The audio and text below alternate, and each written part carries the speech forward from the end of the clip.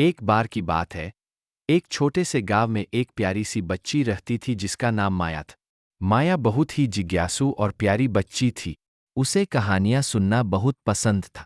एक दिन उसकी दादी ने उसे एक बहुत ही अनोखी और जादुई कहानी सुना। माया बेटा, आज मैं तुम्हें एक बहुत ही खास कहानी सुनाने वाली हूँ। माया उत्साहित होकर, कौन सी कहानी दादी? क्या ये जादुई है? हाँ बेटा, ये कहानी एक जादुई गुलाब के बगीचे की है। बहुत समय पहले एक घने जंगल के बीच में एक सुंदर गुलाब का बगीचा था। इस बगीचे में हर रंग और प्रकार के गुलाब थे। यह बगीचा साधारण नहीं था, इसमें जादू भरा हुआ था। बगीचे का हर गुलाब खुशबू, रंग और जादू से भरा हुआ था। इस बगीचे की देखभाल एक बूढ़ी औरत करती थी जिसका नाम था अम्मा। प्यार से गुलाबों को पानी देते हुए, तुम सब कितने सुंदर हो, तुम्हारी खुशबू से पूरा जंगल महकता है। लेकिन इस बगीचे का सबसे खास गुलाब था एक सुनहरा गुलाब। इस गुलाब में इतनी शक्ति थी कि जो भी इसे छूता उसकी सभी इच्छाएं पूरी हो जाती। मगर इस गुलाब को छूने के लिए दिल से सच्चा और नेक होना जरूरी था। माया अपनी दादी से, दादी, क्या मैं भी उस जादुई बगीचे में जा सकती हूँ? दादी मुस्कुराते हुए, हाँ बेटा, अगर तुम्हारा दिल सच्चा और नेक है तो तुम भी उस गुलाब को छू सकती।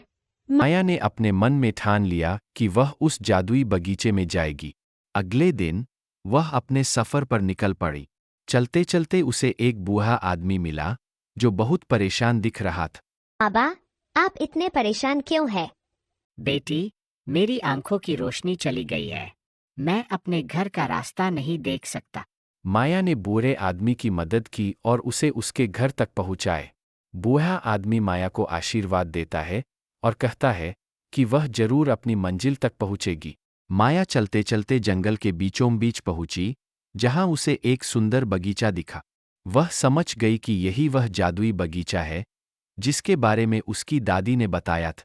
बगीचे में घुसते ही उसे एक सुंदर और अनोखी खुशबू का एहसास हुआ। अम्मा माया को देखते हुए, तुम कौन हो प्यारी बच्ची, और यहाँ कैसे आई हो? मैं माया हूँ। मैंने आपके जादुई बगीचे के बारे में सुना है और मैं उस सुनहरे गुलाब को देखना चाहती हूँ। अम्मा मुस्कुराते हुए, तुम यहाँ तक पहुँची, इसका मतलब तुम्हारा दिल सच्चा और नेक है। आओ, मैं तुम्हें वह गुलाब दिखाती हूँ। माया ने जैसे ही उस सुनहरे गुलाब को छुआ, एक चमकदार रोशनी फैल गई।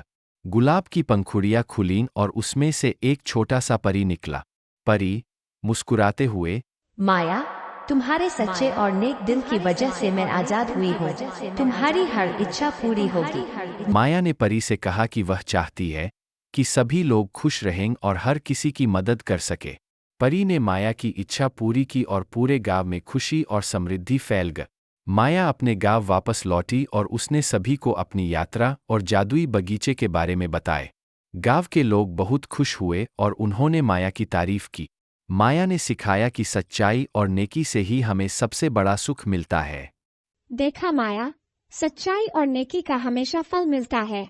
माया खुश होकर, हाँ दादी, अब मैं हमेशा नेक और सच्ची रहूंगी। दादी मुस्कुराते हुए, यही सच्ची खुशी का रास्ता है बेटा। और इस तरह माया और उसके गांव के लोग हमेशा खुश और समृद्ध रहे। इस जादुई गुलाब की कहानी ने सभी के दिलों में सच्चाई और नेकी की भावना को जगा दिए। इस तरह माया की कहानी ने सभी बच्चों को सच्चाई और नेकी की महत्वता सिखाई। यह कहानी हमें बताती है कि सच्चे दिल और नेक इरादों से ही हमें सच्ची खुशी मिलती है।